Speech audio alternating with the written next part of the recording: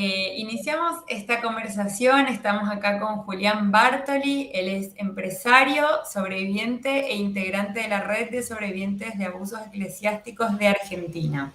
Bueno, muchas gracias Julián por estar acá, por charlar con nosotros.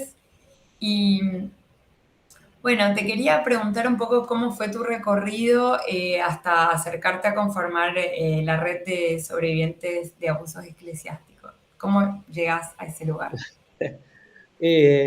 Bueno, gracias chicos por el espacio, por dejarnos mostrar y contar un poco la historia nuestra. Estaría bueno, ojalá fuera una historia linda la que te cuento de cómo llegué a la red, pero como la mayoría de los compañeros, digamos, hay dos o tres formas de acercarse a la red. Una es por algún conocido que te lo recomienda, otra es porque nos seguís en las redes y ves lo que posteamos y demás. Y otra es por mi caso particular, que yo venía, o sea, fui abusado a los 14, 15 años y después, por cosas que he podido, viste, deducir en terapia, compartimenté, cerré, bloqueé todo eso hasta que me tocó, digamos, ser papá en 2016 de mi primer hijo y ahí se me empezaron a caer las estanterías una arriba de la otra. Eh, y llegó un momento que no podía ya disfrutar de la crianza de mis hijos, o sea, estaba pensando que si los bañaba se me iba a despertar. Yo crecí, creo, no sé, no creo que ser el único, ¿no? Como todos en esta sociedad que a veces baja mensajes que no están buenos, yo crecí con este discurso de que los abusadores fueron abusados. Y entonces yo decía, listo, ya está, me marcaron, estoy condenado, voy a ser abusado y fui abusado, voy a abusar de mis hijos. Y yo en eso ahí tenía como, ese era como el límite más grave, el que me generaba más choque, porque no quería, no los podía bañar, no los podía abrazar, no los podía besar, porque pensaba que se me iba a despertar el abusador. Y entonces llego a la red tipo de rodillas, pidiendo por favor que alguien me ayude. Y justo escribo gracias a mi esposa, que ella obviamente venía viendo todo esto, y muy en silencio me tiraba ayudas, me iba viendo con el proceso con mucha paciencia. Me dice un día, Gordo, fíjate que encontré esta gente, a ver qué te puedo ayudar. Escribí, y del otro lado estaba Lili. Ella es el apoyo psicológico de toda la red. No sé cómo hace, porque como un montón. y, y bueno, y decantó en que empecé a hacer terapia con ella. Y ahí me contacté con la red. Posterior a hacer terapia, empezar a hacer terapia, todavía no había empezado con la red. Y a los, digamos, ponerle 3 meses de terapia, ya decidimos decir, bueno, me incorporo a este grupo que yo en ese momento no conocía. Y ahí entré al mundo de la red, de un montón de compañeros, compañeras que pasaron por lo mismo. Y lo loco es que nos cruzan un montón de cosas iguales y como el otro día lo posteábamos en la fanpage de la red, no importa o sea, no importa el nombre de la congregación o si están de un lado del credo o del otro lado, son excusas y son máscaras que tienen para lograr en muchos casos hacer lo mismo, que es abusar y avasallar y romper gente, básicamente. Entonces, me pasó con compañeras que les pasaba en conventos de reclusión, me pasó con compañeros en conventos de reclusión, me pasó con compañeros, ahora nos está pasando con un compañero que está en un juicio y las cosas que están mostrando los peritos en el juicio de informáticos de la computadora que le secuestraron a ese cura, es impresionante. Las páginas web que frecuenta, cosas durísimas. Durante el día frecuenta páginas de salmos y durante la noche sale el verdadero pedófilo y frecuenta lo que quiere frecuentar. Se saca la máscara y arranca con la pedofilia, con el abuso, con de todo, de todo. Una locura. Y de a poquito esas cosas se van desenmascarando. Y eso es la red, porque empodera mucho a los compañeros, a las compañeras que entran, son sobrevivientes, y eventualmente no todos, o muchos, terminamos denunciando. Y esto que les contaba hoy, de que uno es una persona de a pie, no está preparado para luchar contra el aparato que tiene la iglesia, la plata, lo enquistada que está en el Estado y en la justicia. Pero como vamos con la verdad, se va cayendo, como pasó con el tema de la lucha feminista. Si se va con la verdad, eventualmente las estructuras se caen, crujen y se caen, y sale algo nuevo mejor. En este caso estamos en esa lucha, creo yo. Bien, gracias, Julián. Te quería preguntar esto que, bueno, un poco recién comentabas, de este tránsito de por ahí colectivizar esta experiencia, o sea, de esta vivencia que tenías vos más, que era tuya, o por ahí con tus afectos, que habías decidido como compartir lo que habías vivido, a integrar una red y encontrar otras personas que habían vivido cuestiones similares, como, no sé, cómo lo viviste.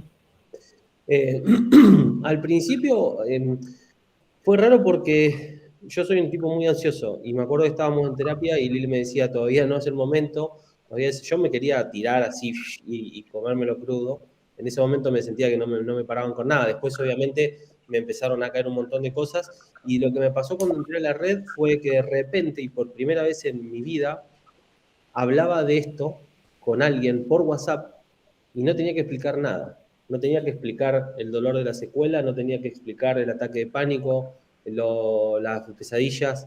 Empezábamos a charlar y te dabas cuenta que, uy, te pasa lo mismo que a mí. Y por ahí es un compañero que, en el caso de ello de Pablo, que fue un referente para mí en la red, estaba en Entre Ríos, en Córdoba, y hoy está en Tierra del Fuego. Y hablas y es como que no importa la distancia. La red lo que hace es unificar en un espacio algo que en muchos aspectos de la sociedad y en muchas provincias de la Argentina y pueblos es como muy tabú. Y entre compañeros no hay tabú. Y se puede hablar a calzón quitado, sin vergüenza, sin que nadie te juzgue, sin que nadie piense. La típica pregunta que pasa mucho cuando uno sale a la prensa es, bueno, ¿y por qué volvías? Si estaba siendo abusado, ¿por qué volvías? Claro, es como, viste, cuando hablan de la violencia de género, decir, ¿y por qué se queda la mujer? No, no es esa la pregunta. No se entiende nada, no estás entendiendo lo que estamos hablando. Entonces, en la red eso no pasa. Por lo tanto, es como re sencilla la conversación y empodera y genera un sentimiento colectivo muy grande, porque además cada vez que hay un juicio, se moviliza la red, se movilizan asociaciones amigas, grupos feministas. Generalmente, este año, Lili, ¿me ayudarás? 4 juicios tuvimos, ¿no? O 5. Estamos en el cuarto.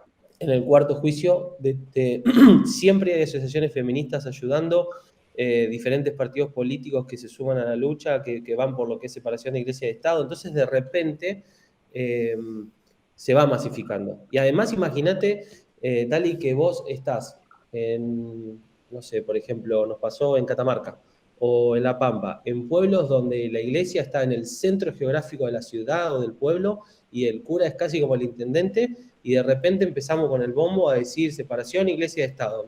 ¿Sabés cómo resuena? Así que eso es como la red. Justo te quería preguntar algo sobre esto que decís de la figura del líder religioso, espiritual, que, ¿no? Que tiene como una investidura de santidad y de casi el representante de Dios en la tierra para quienes son creyentes, pero, pero incluso cuando uno no es creyente, tiene todo este poder que vos mencionabas recién de que es casi el intendente, o antes de que empecemos a grabar también hablabas del poder económico que movilizan estas instituciones. Entonces te quería preguntar, nada, ¿qué dificultades enfrenta un sobreviviente luego de algún hecho de abuso por parte algún miembro de estas instituciones? Eh, Esto, en particular al denunciar, ya sea judicialmente no sé, al romper el silencio sobre estas figuras religiosas, líderes, espirituales. ¿Qué pregunta esa? Mientras me la estabas haciendo, yo me estaba largando a llorar. Te voy a contar por qué. Ellos muestran eso para la calle, para la sociedad. Pero a mí, el miedo, la culpa, la duda y la sensación y a ver, yo lo hablaba mucho con Lili en terapia. Lo que a mí más me quiebra es que yo no me olvido, no sé si algún día me voy a olvidar, del espacio de la pieza, donde me pasó lo que me pasó.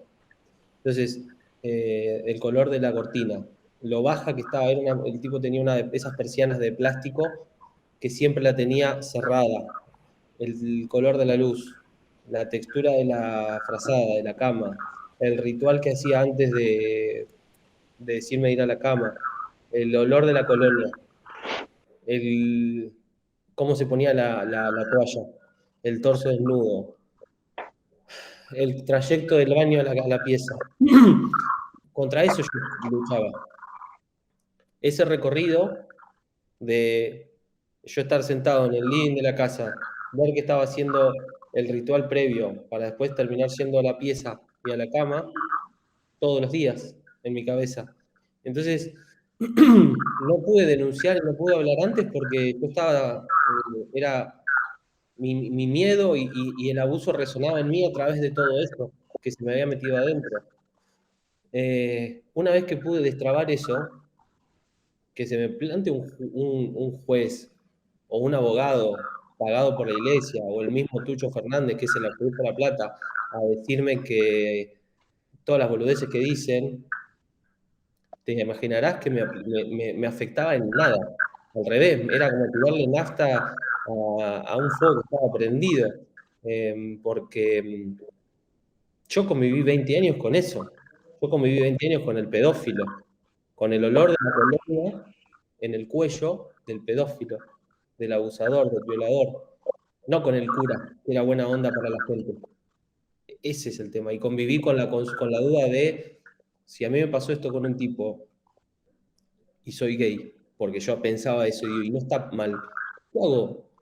¿Le estoy cagando la vida a mi esposa? ¿Para qué tengo hijos con ella? O sea, todo eso que es previo, que es todo lo que he hablado con Lili en terapia, ni siquiera están las declaraciones del juicio. O sea, están las secuelas, el relato de las secuelas, pero todo eso que es el momento en el que uno se hace chiquito, se mete adentro de la caparazón para sobrevivir como sea, que es lo que me pasó, y que eso es lo que se me empezó a romper cuando te hablaba de las estanterías cuando nacen mis hijos, porque todo esto lo empecé a proyectar en ellos.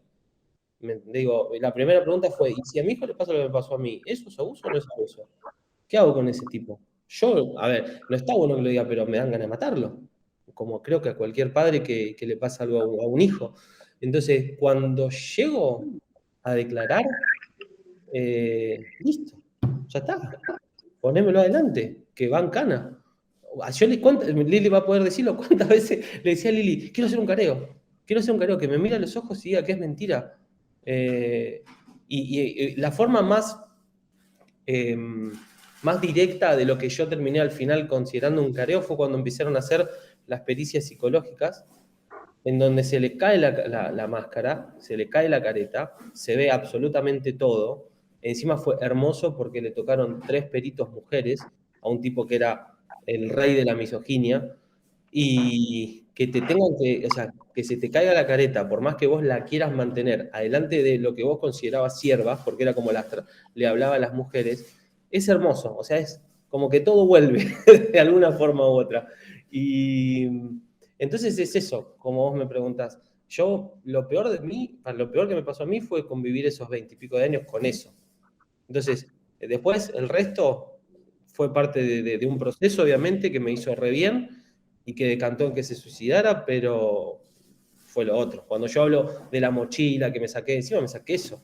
Me saqué poder sentir un perfume parecido y no quedarme quieto. O no ir manejando por la calle y verlo, en cada calle había un Lorenzo. Y yo decía, si no está acá, me pasaba eso. Bueno, eso es lo que pude destrabar. En ese sentido, poder romper el silencio o poder denunciarlo, ¿a vos te resultó en alguna medida reparador? Sí, fue un paso, yo creo que por ahí es algo es muy generalista lo que voy a decir, pero yo creo que es imposible no sanarlo sin hablarlo. Todos los compañeros que he visto, hayan o no denunciado, necesitan hablarlo. No digo que vos tenés que hablarlo en un juicio, pero hablarlo, tratarlo en terapia, de alguna manera hay que sacarlo de adentro porque te come y te lleva una cantidad de energía, o sea, impresionante. Porque yo decía, estoy llevando una vida normal con una mochila de 100 kilos arriba. Y parece normal porque te acostumbras, pero es como que después se te empieza a romper todo el cuerpo porque estás llevando 100 kilos encima de más. Y a mí emocionalmente yo no me doy cuenta hoy día, las conversaciones, por ejemplo, antes hablaba un montón, más de lo que hablo ahora, y era porque no me podía quedar callado. Y hoy estoy quieto, callado y no tengo problema. Entonces, sí, es súper importante conectarse con la red, conectarse con algún grupo que sepa de lo que está hablando respecto a abuso eclesiástico, para mí es fundamental. Porque si no, es como que te quedás para adentro y te va a comer, te va a ganar. Y además, de eso viven estos tipos, la impunidad que son 20, 25 años, porque lo que le pasa a cualquier sobreviviente es eso, convive con los recuerdos, con las secuelas, con los olores, con los golpes, con la fuerza. Yo había una sensación física que es difícil de explicar, pero yo no me voy a olvidar. Me agarraba y me zamarreaba así de los brazos, la fuerza con la que me apretaba los brazos. Y hoy es el día que te lo cuento y me acuerdo del apretón del brazo, cuando me violentaba físicamente para someterme. Y eso no me lo olvido. Hasta que, bueno, nada, hoy no lo vivo tan de otra manera, pero calculo que cualquier compañero o compañera tiene cosas parecidas a esa. Entonces, hablarlo y entrar en una red como la que me tocó a mí y poder decirlo, compartirlo así, es como un golazo, porque aliviana mucho. No, te quería consultar si, hablando con otros de la red, si has encontrado similitudes en estos rituales o en este modus operandi que mencionabas de determinadas formas de, no sé, Sí. de la pedofilia, ¿sí? Sí. Sí, yo siempre lo llamé modus operandi porque, a ver, primero siempre buscan aislarte como presa, ¿no? Que sos, buscan aislarte. A mí, por ejemplo, lo que pasaba era que siempre se generaban unas reuniones con los líderes de Boy Scout, que eran todos chicos de 20 y pico de años, más ponele que eran 6 líderes de Boy Scout, yo y el cura. Que yo era el único de 14 ahí dando vueltas. Y después llegaba un momento en el que se terminaba la reunión, se iban, y bueno, yo me quedaba. Y entonces él lograba enmascarar, o sea, todo lo que hacía era para que llegaran las 12 de la noche, para que se fuera la gente, para quedarse conmigo. Entonces hacía toda la farsa de la reunión de los scouts y todo eso, y después me aislaba.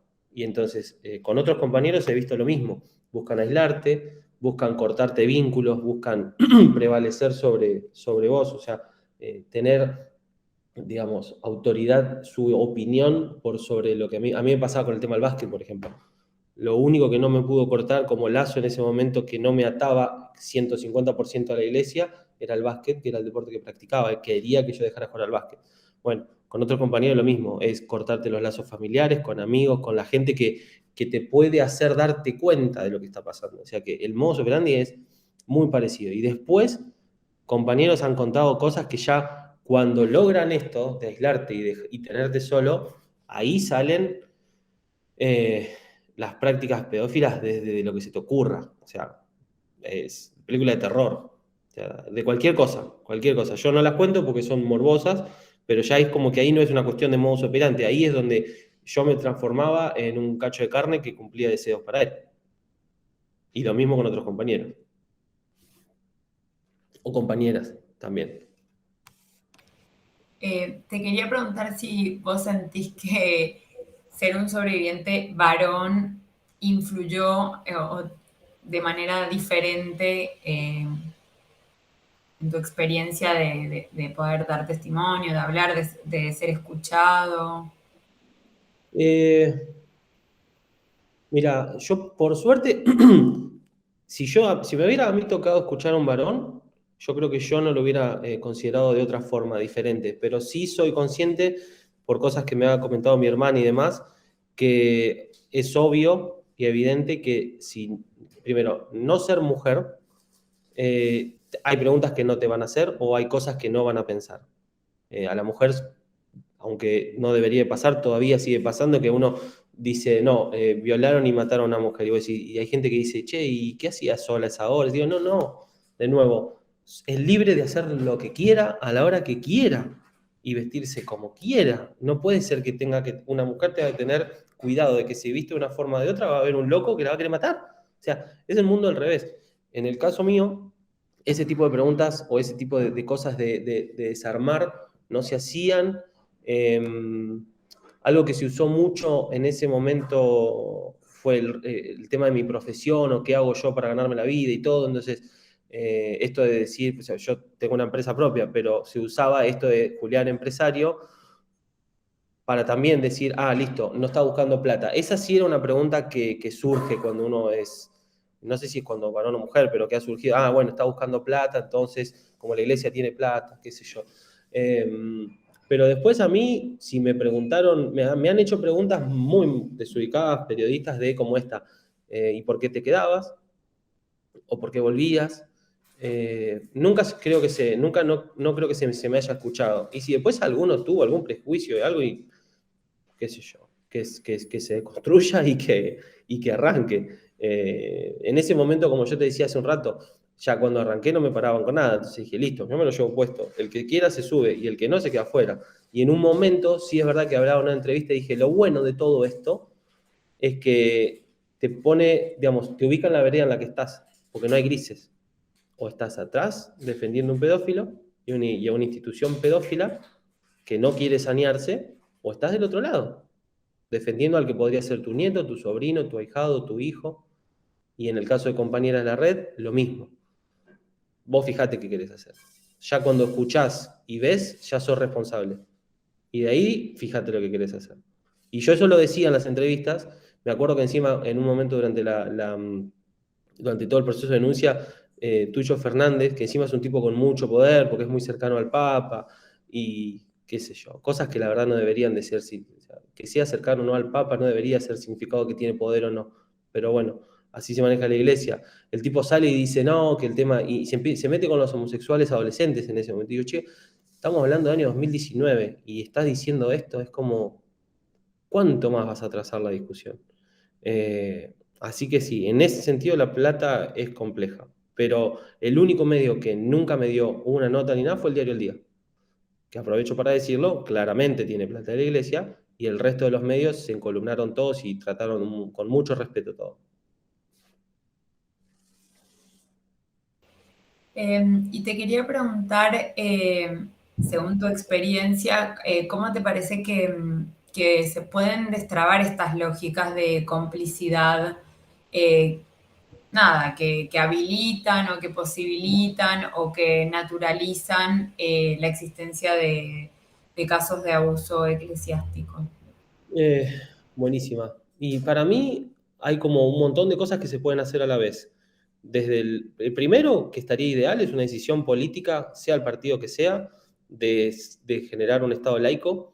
La Iglesia tiene cualquier cantidad de plata que recibe del Estado por cantidad de personas bautizadas, ha logrado beneficios de la época de la dictadura a la fecha, digamos, tierras, o sea, tiene mucho poder, financieras, o sea, cualquier cantidad de cosas. Arrancar por eso, yo creo que no lo va a desarmar ahora, pero va a generar para adelante, para otras generaciones, que ya no seamos un Estado católico, cuando en realidad también hay cualquier cantidad de credos en Argentina. Después creo que la sociedad, así como pasó con la lucha feminista, en algún momento tiene que tomar una postura y decir para qué lado está.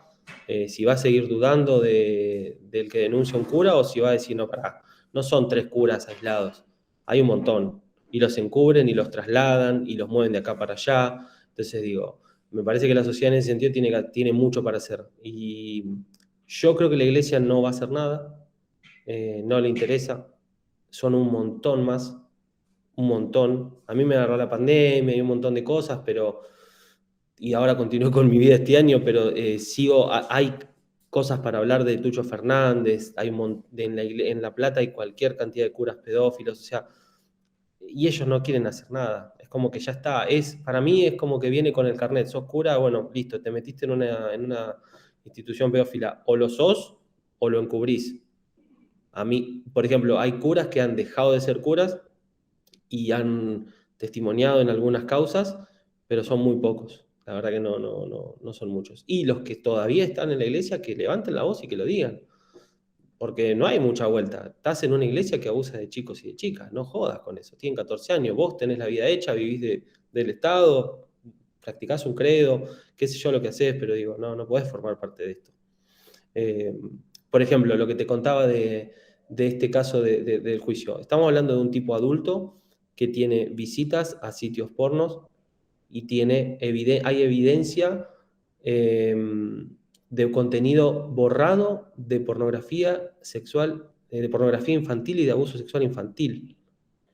Esto es ahora, es un cura en actividad, al que le siguen llevando chicos a que bautice, a que evangelice. Y digo, ¿cuánto tiempo más? La gente va a decir, no, bueno, no es el de acá, es el del otro pueblo. Sí, bueno, mañana te toca a vos. Y se terminó, o sea, hay que limpiarlo eso.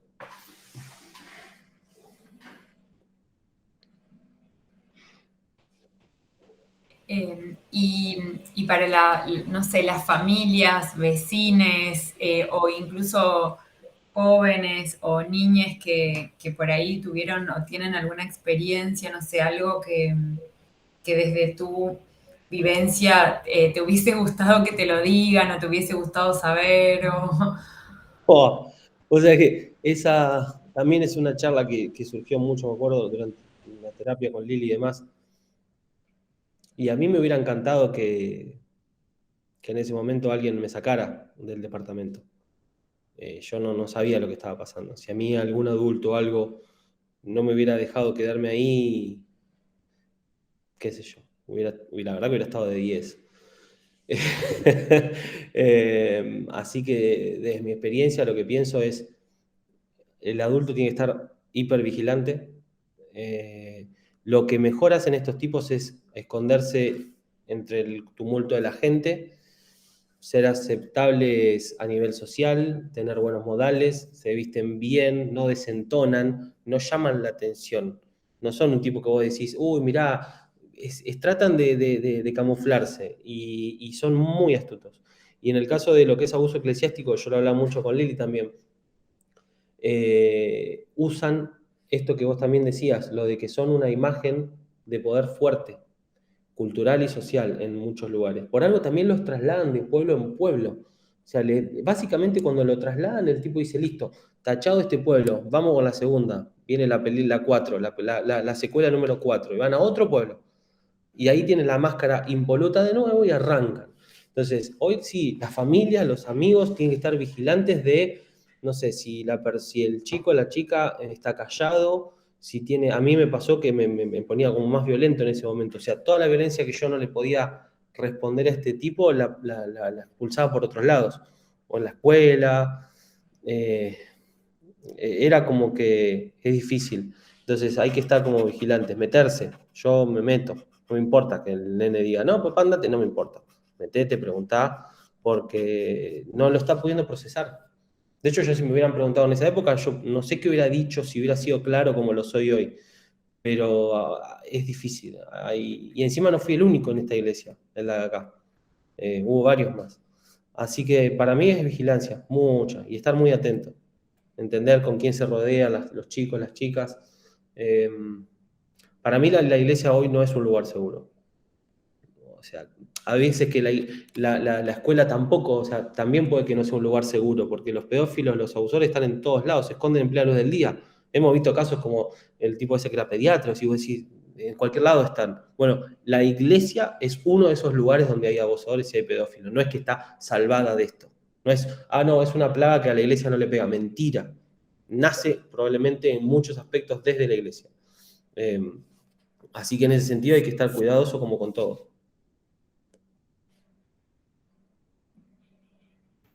Bien, bueno, gracias Julián. Ahora aprovechando esto que decís también de los traslados y de que la iglesia no es un lugar seguro, me gustaría, Lili, si estás aquí y si el módem nos permite que también nos puedas dar vos tu visión de la sistematicidad, ¿no? De la pedofilia dentro de estas instituciones, no como una mala suerte, no como algo esporádico, sino como algo que está orquestado y organizado con determinados perfiles específicos. Si nos puedes contar un poco sobre eso, si te parece. Sí, cómo no. Sí, es así como nosotros lo vemos y por la experiencia que tenemos, y por eso lo denominamos plan sistemático, porque es algo, como explicaba Julián, que se repite en todo el mundo. Y si no, veamos el informe de Francia de los años 50 ahora, 300.000, ¿no?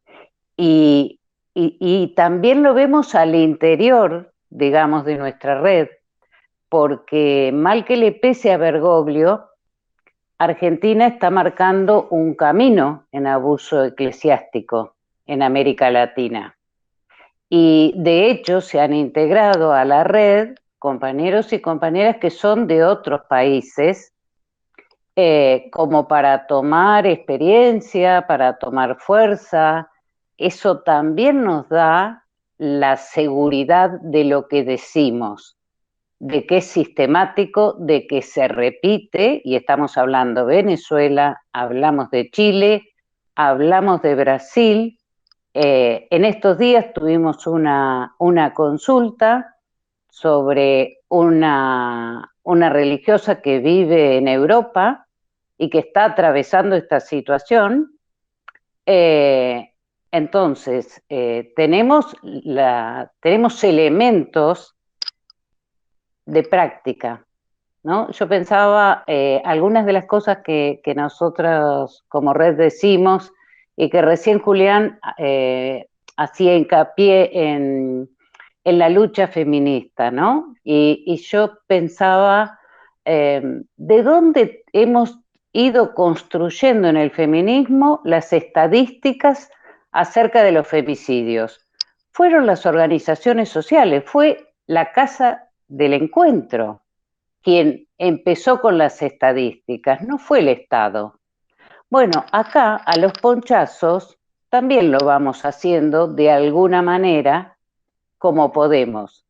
Entonces, haber atravesado ya casi 10 juicios, estamos creo que en el 10º, nos permite, por un lado, el acceso a información como pueden ser las pericias, y por otro lado, hemos sido convocados por esta experiencia como testigos de concepto. ¿Para qué? Para poder contar esto que estamos contando. Para poder decir que de acuerdo a nuestra experiencia, a las pericias que los mismos fiscales nos la facilitan, podemos asegurar que de todos los curas denunciados que han llegado a juicio, no hay uno solo que haya tenido una enfermedad mental. Todos tienen el perfil de ser conscientes de sus actos, distinguen lo que está bien de lo que está mal. Personas absolutamente narcisistas, con una idolatría al poder, ¿no? Que además muchas veces lo sustentan en otros cargos de poder. Así como Lorenzo era capellán del servicio penitenciario, el cura que hoy está siendo juzgado, bueno, también tiene ese antecedente y esa relación con las fuerzas. Y así estamos esperando que llegue a juicio también otro cura que santificó las armas en el levantamiento del 89. Entonces, también ahí se ve la convivencia y la sumatoria de poderes que nos permite pensar cómo se puede pretender como sociedad que un niño, una niña, un adolescente enfrente esta situación.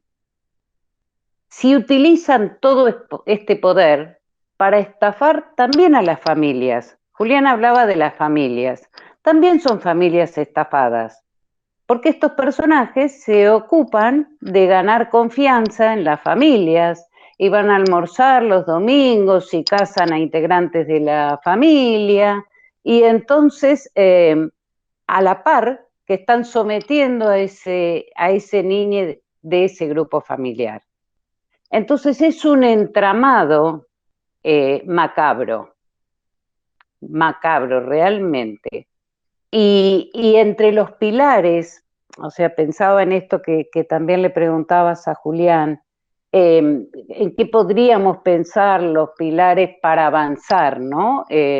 Por un lado, esto, el agruparse, lo colectivo es la salida. En este tema que abordamos hoy y en los grandes temas sociales que tenemos. La salida es colectiva, no se puede solo ni sola. pero además tenemos otros elementos que también han sido motivo de lucha y que están sin implementar.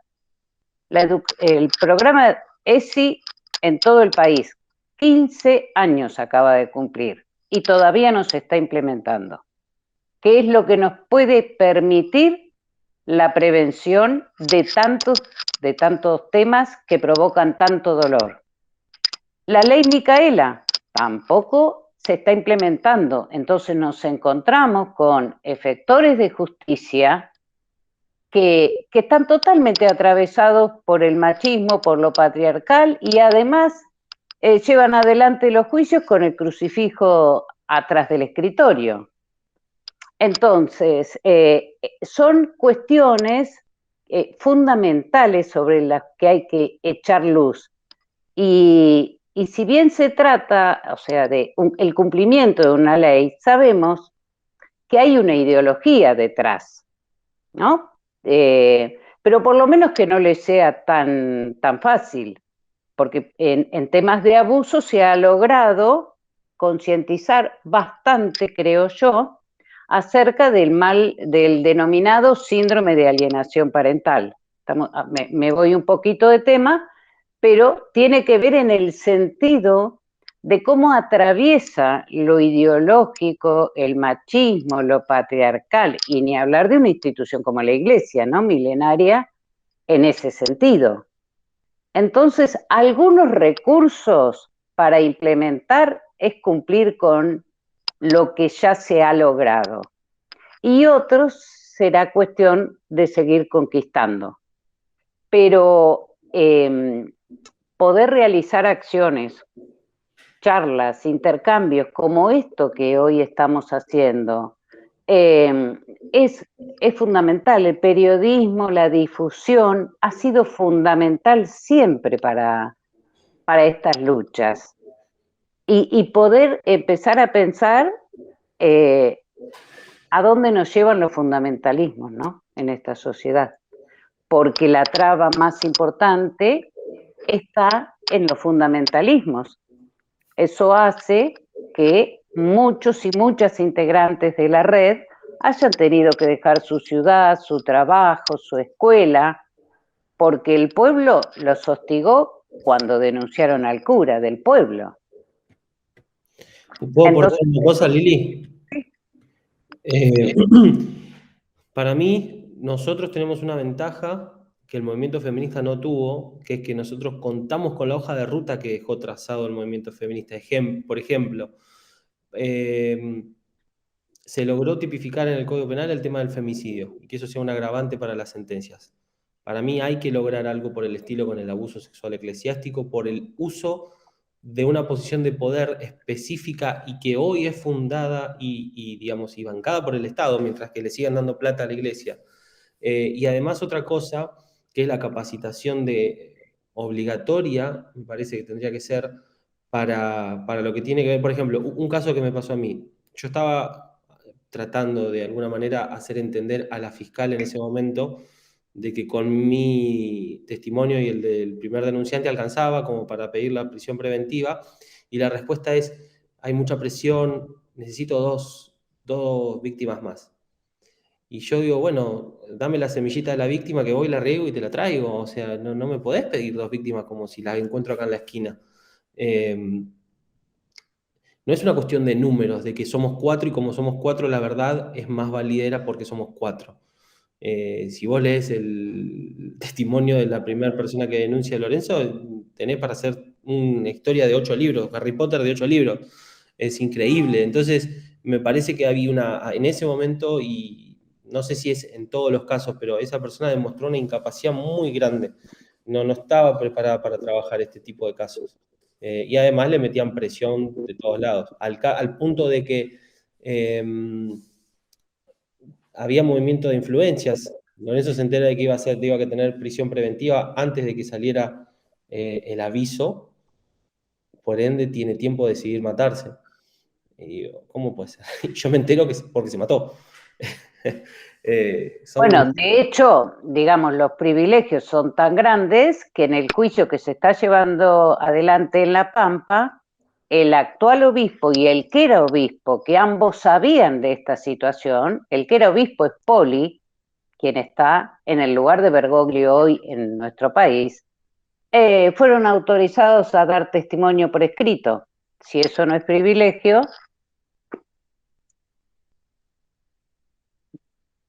creo que eso resume bastante cuál es el estado de situación y a qué nos enfrentamos.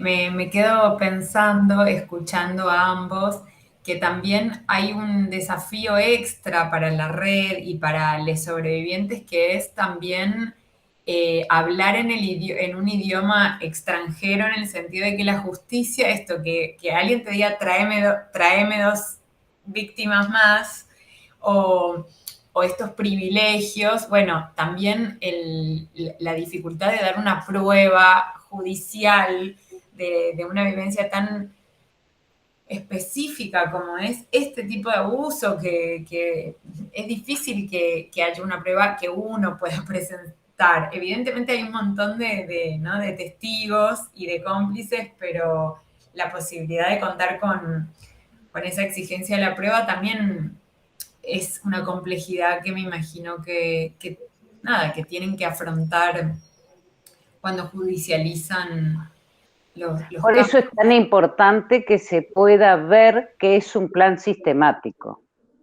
porque ahí está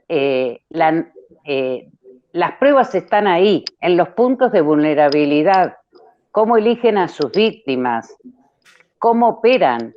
Ahí esas son las pruebas. Eso es lo que se repite.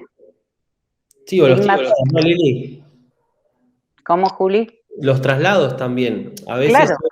el traslado es, no, bueno, cumplió un ciclo en tal iglesia. No, en realidad se le viene encima la comunidad, lo movemos para otro lado. Y los traslados no siempre significan lo que uno pensaba. Ah, mirá, cumplió un ciclo. No, no. O están por empezar a hablar personas, o necesita otro lugar de donde abusar de chicos o chicas. Y lo otro que estamos escuchando también es traslados como curas o pasar a ser docentes de escuelas católicas. O sea, mimetizarse en otro rol para seguir ejerciendo lo mismo, ¿no? Uh-huh.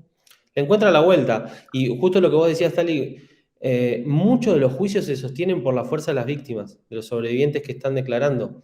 En el sentido de que te tiran con todo. Obviamente que una vez que uno lo hace público, se conforma una red sostén, que es la propia red y la familia y la gente cercana, y después los medios, dependiendo, en mi caso los medios fueron un apoyo muy grande, pero tengo compañeros donde los medios no son un apoyo tan grande, no todos, ¿no? Una parte como que se pone más en contra. Esto que dice Lili de se tuvieron que ir de pueblos, literalmente hemos tenido compañeros que han tenido que ir medio de incógnito a las fiscalías, porque si no la gente se entera y es como decir, me estás tocando como mi papá. Pero no, o sea, yo siempre hago la misma pregunta, perfecto, te estoy tocando como tu papá, ¿vos dejarías a tu hija o a tu nieta una noche con ese señor? Bueno, vamos a probar. Si me decís que sí, anda, dejá y fíjate qué pasa. Mientras que yo, no es que quiero ser autorreferente, pero me sale ir a casos personales también para dejarlo dicho, ¿no? Y que el resto lo pueda llevar. Mientras que posterior a mi denuncia y demás, nos llegaban fotos de gente que se había puesto a vigilar y seguían saliendo chicos a la mañana los sábados del departamento de Lorenzo. A las 7 de la mañana, chicos de entre 14, 15, 16 años que salían y se iban en bicicleta. Yo me figuraba en esos chicos, pero 20 años después. Y bueno, claro, ¿qué pasó ahora? Tenés WhatsApp y tenés gente que de atrás de una ventana saca una foto con una buena definición, se ve bastante bien y de repente lo podíamos mandar. Entonces es como mucho, la impunidad y la protección que tienen es como muy, muy, muy grande. La justicia, la iglesia como institución y a veces lamentablemente la misma sociedad fundamentalista, como dice Lili, que apoya esas cosas.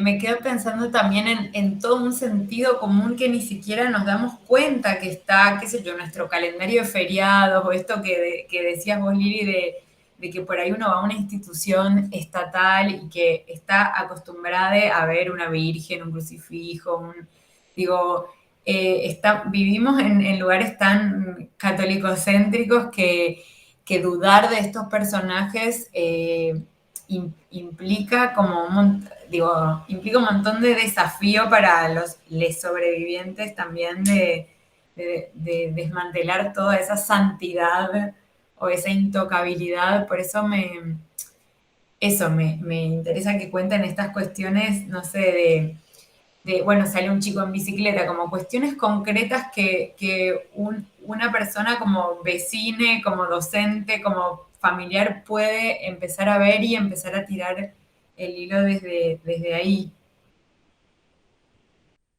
Aporto una cosa, para hacer esto de hablas del sentido común. ¿Es normal ver salir un sábado sin acompañamiento a un adolescente de la casa de un adulto? Que sabés que, por ejemplo, no es cura, es soltero.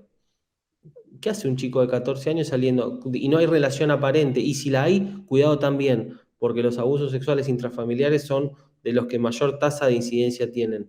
Digo, entonces, sacala de parte del cura, de encima. Pensalo así, pensalo, este tipo no es cura. Y ahora, cuando le agregás la parte de que es lo del cura y empezás a ver, decís, ah, mira, y ahí empezamos a hablar de lo de la máscara y de lo del abuso de posición que hace, que dice Sí. siempre Eli también.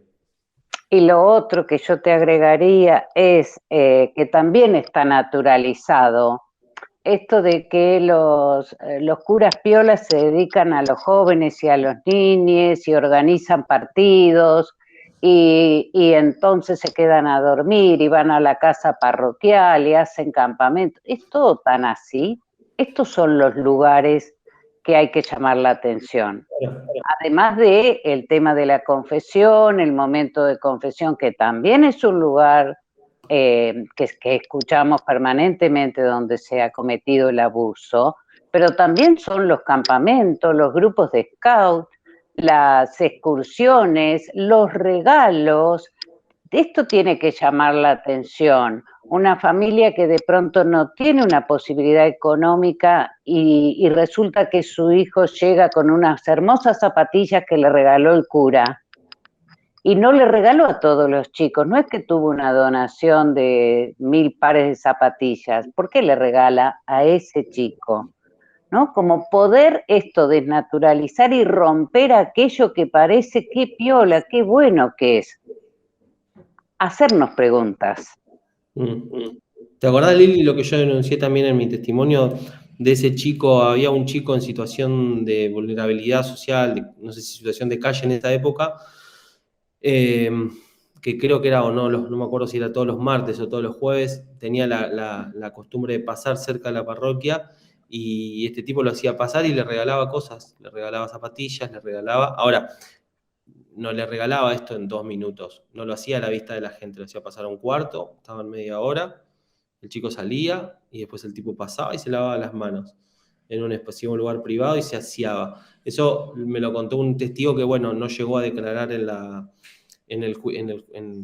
causa. Eso, como decís vos, Lili, y este chico, yo pienso, que no tiene una voz, que su problema es si come o no come, se aprovechan y le regalaba un par de zapatillas. Yo lo pienso en cuántos chicos soy.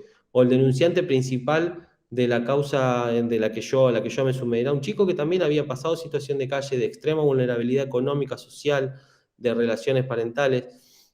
El extremo del extremo es el próbolo. Tal cual, el próbolo. El próbolo. Próbolo La Plata y próbolo Mendoza. Y lo simbólico con el tema yo estuve imposibilitado de hablar 20 años por las secuelas. ¿Y los chicos del próbolo? O sea, es como, es un extremo, como decís vos, Lili. Un extremo que a la vez también te muestra que no tienen límites.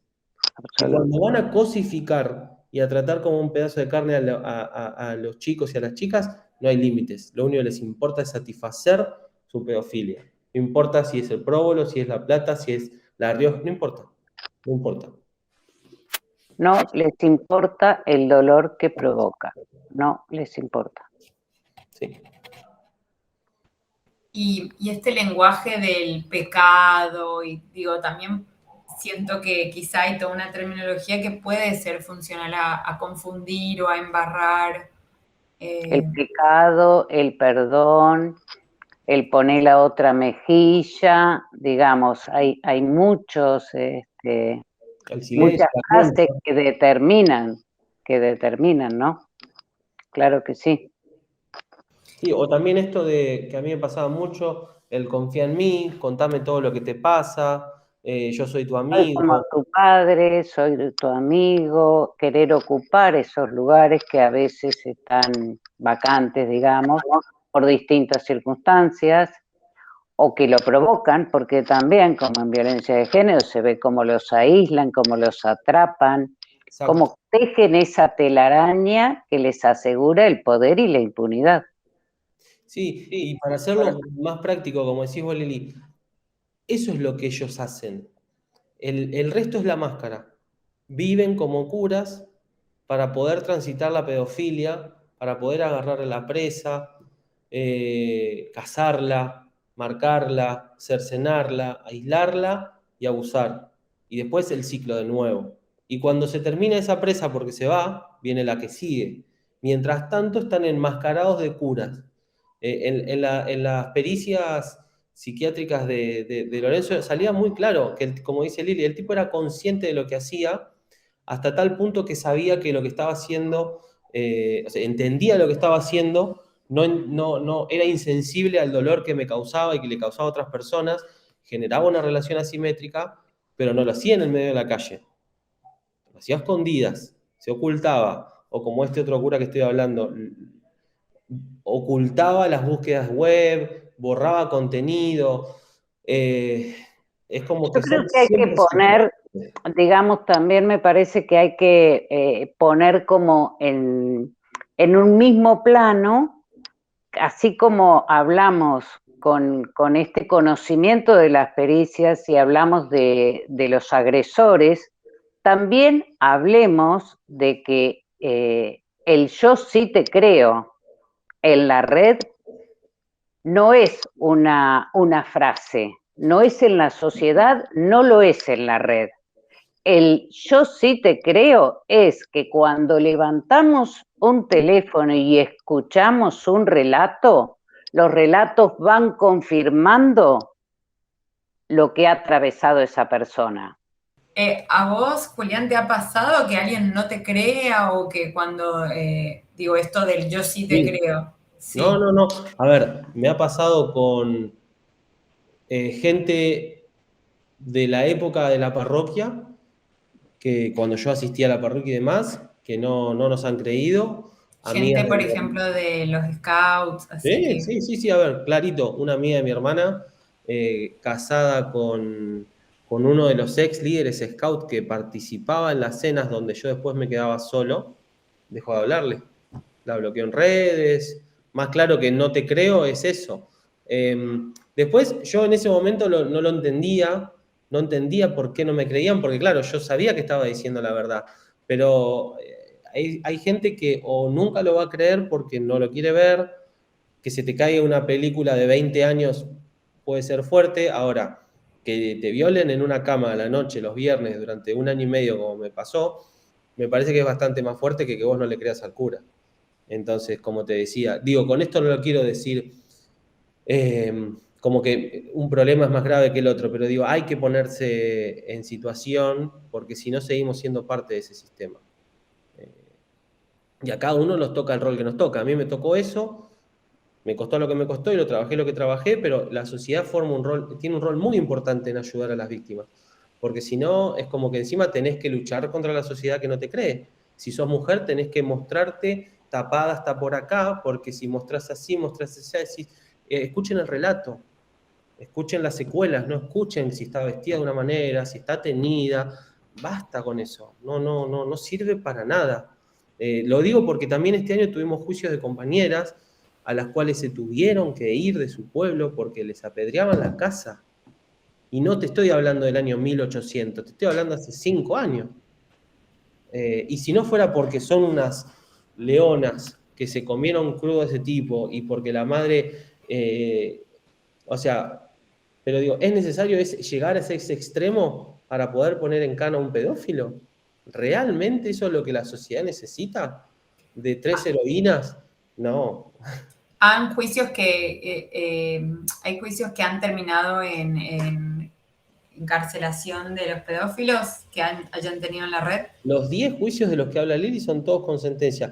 Sumaríamos el 11º, que es el que yo no llegué a tener porque se mató. Sí. Pero, o sea... Pero si la pericia dice lo que habías comentado que dice, seguramente... Sí, aparte, a ver, ya está, el tipo era un pedófilo y excelente que se haya matado, como les decía hoy. A mí yo duermo tranquilo porque sé que Lorenzo, si yo logré que Lorenzo se mate, logré que ningún chico más de acá hasta que Lorenzo se muriera por causas naturales, como algunos curas del Próbolo, que aún con 80 años seguían violando. Yo nos ayudé a que el tipo tenía 50 años, listo, nos di 30 años en donde no va a violar ningún chico más. Vamos para arriba, vamos, uno menos. Y el resto, el problema es que si se le dicta sentencia, hay que tener celeridad con la sentencia firme y que vayan rápido a la cárcel, porque la iglesia les sigue acercando chicos, les sigue dando privilegios. Lo que hablaba hoy, este cura que está cumpliendo una preventiva en un country. A ver, en un country entra cualquier persona, entra cualquier chico, puede dar catesis, puede hacer lo que quiera en una casa aislado, ni siquiera está en una parroquia donde entra cualquier... Nada. Es como completamente al revés. Por lo tanto, todos los juicios han tenido sentencia, pero ojalá hubiera sido el paso final. Hay algunos juicios en donde es el primer paso de una cadena de apelaciones. Siempre la primer nulidad que te interpelan o te interponen es el tema de la prescripción, de que eso sería la no prescripción de los derechos, digamos, de los delitos de abuso sexual eclesiástico es urgente, porque pasaron 20 años, lo primero que te dicen es eso. La razón por la que en mi causa eso no pasa, porque el primer denunciante al que yo me sumo, habían pasado 15 años, por lo tanto, nada, tuvo la valentía de poder, según el estado en el que vivimos, cumplir con ese mandato también de sufrir, querer matarse y sanar todo en el hermoso tiempo de menos de 20 años. O sea, es como el fast food, viste, listo, te lo hacemos en menos de 5 minutos, bueno, vos andá y declará antes de los 20 años, porque así no. ¿Qué estamos hablando? ¿Qué tiene que ver 20, 5, 10? Tuvo 2 intentos de suicidio en el medio. Alcoholismo, montón de cosas. Mientras tanto el tipo seguía abusando. Y así con un montón de compañeros y compañeras. No es que desde que abusaron a una compañera el tipo dijo, no, la verdad que estuve mal. Mentira. Y las frases de psicópatas de no, yo en esto que estoy haciendo te estoy preparando para el matrimonio. Eso se lo decían a una compañera mientras que la abusaban. ¿Cómo? Imagínate lo que es repetir eso, primero para dentro tuyo, romper con eso, después para con tu familia la primera vez, después en los medios, después en un juicio. Mientras tanto el tipo mirándote a los ojos frío, negando todo. Como te digo, ¿cuánto más se necesita para que vayan rápido a la cárcel? No, con esto no digo, no, tiene que ser juicio express, pero me parece que nos tienen que tirar un centro del lado de la justicia y ayudarnos con algunas normativas, porque si no es como muy complicado. Y para ir cerrando, por lo menos por mi parte, te quería preguntar si vos habías visto o escuchado el testimonio de algún sobreviviente varón o algún sobreviviente de abuso eclesiástico antes de animarte a romper el silencio. Es muy loco. A mí me pasaron 2 cosas que me terminaron de explotar la cabeza. Primero, que yo no me acordaba el nombre de Lorenzo. No me lo acordaba. Tampoco lo había googleado. Hoy estamos en una época de la puedes googlear. Y un día, yendo con mi esposa y en ese momento mi primer hijo, bueno, teníamos 2, hoy tenemos 2 nenes, yendo a comprar unas facturas, me volvió a la mente y dije, Lorenzo. Y eso fue, y se me destrabó algo. Después, en noviembre, hubo algo de 2018, si no me equivoco, estuvo la denuncia de Telma, lo cual me recontrapartió al medio, porque yo la veía a Telma y me veía a mí. Cuando Telma se muerde la boca y se pone a llorar y se quiebra, no necesito un perito psiquiátrico para decir, esta chica me decía, era Telma, te abrazo, lloraba con ella, o sea, lo vi 50 millones de veces, pues. Dije, no, bueno, pensé que podía. Y después, en marzo de 2019, en un medio leo se viraliza o se hace más masiva la denuncia digamos, el testimonio, parte del testimonio, porque yo después lo leí completo y en realidad era el 10%, de quien era el denunciante, el primer denunciante de Lorenzo, que era León. Y ahí dije, soy yo en otro chico, 10 años después, en otro lugar. Y ahí es cuando ya no pude más. Pero de nuevo, a mí me movilizó siempre lo que fueron las denuncias de violencia de género, porque me veía muy identificado con lo que le pasaba a esas mujeres. Además, el violador o el abusador era un hombre. O sea, eso era el tema de la violencia física, de la preponderancia física, del grito, de los golpes, de que hay veces que por ahí el golpe físico es la menor parte de toda la violencia que ejercen, o que a mí me tocó también que me ejercía. A mí las secuelas más graves me quedan por otras cosas que no son todo lo físico nada más. Hoy, qué sé yo, el tipo a mí me hablaba Juli, me decía Juli, cuando estaba todo bien, me decía Julián cuando estaba enojado. Y hoy cuando alguien me dice Julián, me retrotrae a esa época. Y es un detalle lo que te cuento, pero y no es que cuando me acuerdo de la parte de la cama. Me acuerdo de lo que me hacía sentir a mí con 14 años de querer satisfacer un deseo, estando siendo manipulado y demás. Y después me tocó lo de León. Y ya después denuncié y entré a la red y como que lo empecé a vivir desde el otro lado. Pero si no, yo creo que si no es por la denuncia de Telma, quizás tardaba más tiempo. De hecho, tuve la suerte de conocerla y agradecerle, porque, viste, debemos ser un montón de personas anónimas que ella llegó a un montón de hombres y mujeres. Y para mí ayudó a un montón de gente. Para mí fue clave lo de Telma. Y lo de la parte feminista, ¿por qué lo recalco? Más allá de que, bueno, hoy hablamos del tema del agradecimiento, si no es por mi esposa, yo tampoco estoy acá. Yo pensé en matarme, en cómo dejarle los papeles ordenados económicamente para que pudiera criar a nuestros hijos. O sea, pensé en cómo colgarme de una viga, o sea, pensé todo. Si no es por ella, yo no estoy acá. Y después se viene lo del tema de Terma y después se viene todo el apoyo feminista que tuvo, que yo dije, wow, debe haber algún colectivo que me ayude de esa manera. Y ahí cayó el tema de la red. Entonces, como que fueron, viste, pequeñas cositas que fueron encajando y todo detonado por el tema de la paternidad. Wow. Bueno, Juli, no te digo más, Julián, perdón. No, todo bien. Bueno, Juli, por mi parte, te pregunté un montón de cosas. Si hay algo que sentís que no te pregunté, que te parece importante decirlo, es el momento. Bueno, no, simplemente recordarles a todos los que estén viendo, a todas los que estén viendo esto, hay un espacio. Como cuando yo digo lo del feminismo y demás, hoy hay una red que escribí por WhatsApp, por Messenger, y hay gente que trabaja en escuchar. No es que forzamos a que vaya a un juicio ni nada, simplemente es escuchar a sanar como grupo. Después cada uno encuentra su camino. Tenemos compañeros que tienen 75 años, que ya no han denunciado, no van a denunciar que los abusadores han fallecido. Tenemos compañeros más jóvenes, tenemos, como decía Lili, de diferentes países. Lo importante es que el grupo se agrande y se haga más visible la presencia de la red como una de las instituciones que lucha con esto. Así que desde ese lugar, bienvenido todos. O sea, más experiencias, para nosotros más dolores, más oportunidades de sanar, porque yo sé que nadie viene contento a la red diciendo, hola, ¿qué tal? Me abusaron, así, así, así. No, están todos mal, están todos pidiendo ayuda, o familiares a gritos pidiendo, por favor, ayúdenme, esto que comentaba Lili de esta persona que está en Europa, de familiares que la ven en una situación casi de presa. Entonces, ese espacio por suerte está súper vivo, está activo, estamos en Facebook, estamos en Instagram. Y después, agradecerles a ustedes porque cada vez que hablo, siento que a alguien más voy a llegar y le voy a ayudar. Y si nada, hoy pude darle una vuelta a todo esto que me pasó, que lo hice por algo para ser yo feliz a nivel padre, a nivel esposo, si puedo seguir ayudando, que en eso creemos mucho en la red, en el tema de la militancia, de la lucha, bienvenido. Así que lo que necesiten, acá estamos. Gracias, Juli, un lujo absoluto charlar con ustedes, bueno, ahora con vos, porque Lili se nos fue. Sí. Y bueno, por supuesto que eso, la idea también es desde nuestro lugar, desde el proyecto, también aportar a que esto siga girando y bueno, mancomunar esfuerzos.